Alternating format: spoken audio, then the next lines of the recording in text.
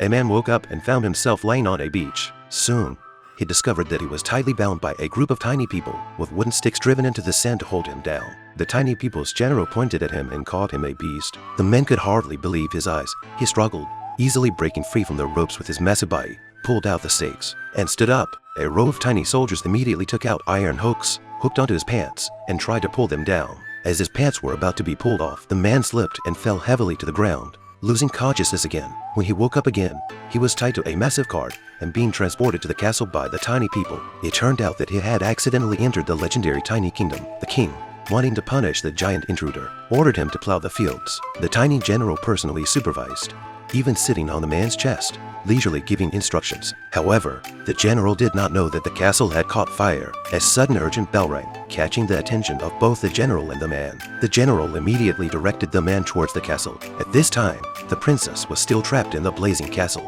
The man rushed to the princess, carefully rescued her, and placed her in a safe location. Next, he ran to the heart of the fire and, in desperation, took off his giant pants. A yellow stream of liquid sprayed out, quickly extinguishing the fire. At that moment, the general arrived. The man instinctively turned around, and the remaining water splashed all over the general. The fire was out, and the princess was saved. Upon hearing the news, the king regarded the man as a hero and hosted a banquet in his honor that evening. At the banquet, the man simply picked up an entire platter of fruit and poured it into his mouth, eating for a long time but still not full. The next day, to thank the man for his heroic deeds, the king ordered a villa to be built by the sea for him. From then on, the man lived happily in the tiny kingdom. Every day, tiny people would prepare coffee for him.